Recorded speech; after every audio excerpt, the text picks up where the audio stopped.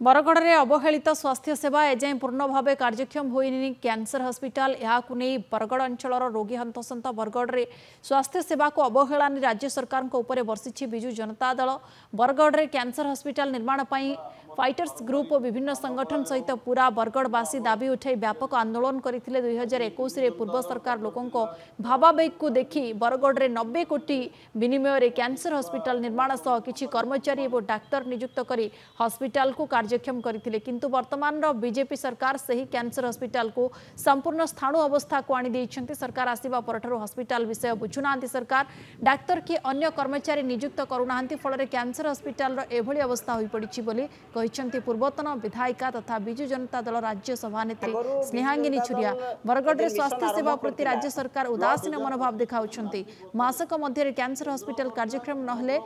BJD आंदोलन को व्यापक करिबु बोली कहिछंती पूर्वतन विधायक देवेश आचार्य।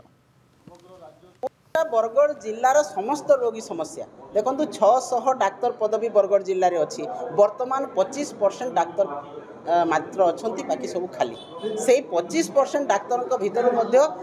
30 जन डाक्तर जाइछंती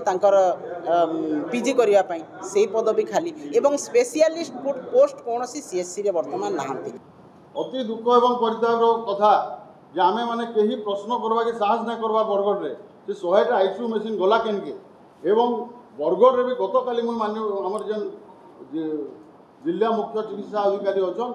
आईसीयू समय आमर कोरोना समय बरगढ़ से भी पाखापाखि 15टा बरगढ़ जिला मुख्य चिकित्सालय के 15टा आईसीयू मशीन आईला सेटा कार्यक्षम अच्छे क्या बोलिक गतकाली भी मुझे पचर से मना कले आम आईसीयू स्पेशलिस्ट नाइन बर्तमान आम पाखे आम से चलई नहीं पार्बा।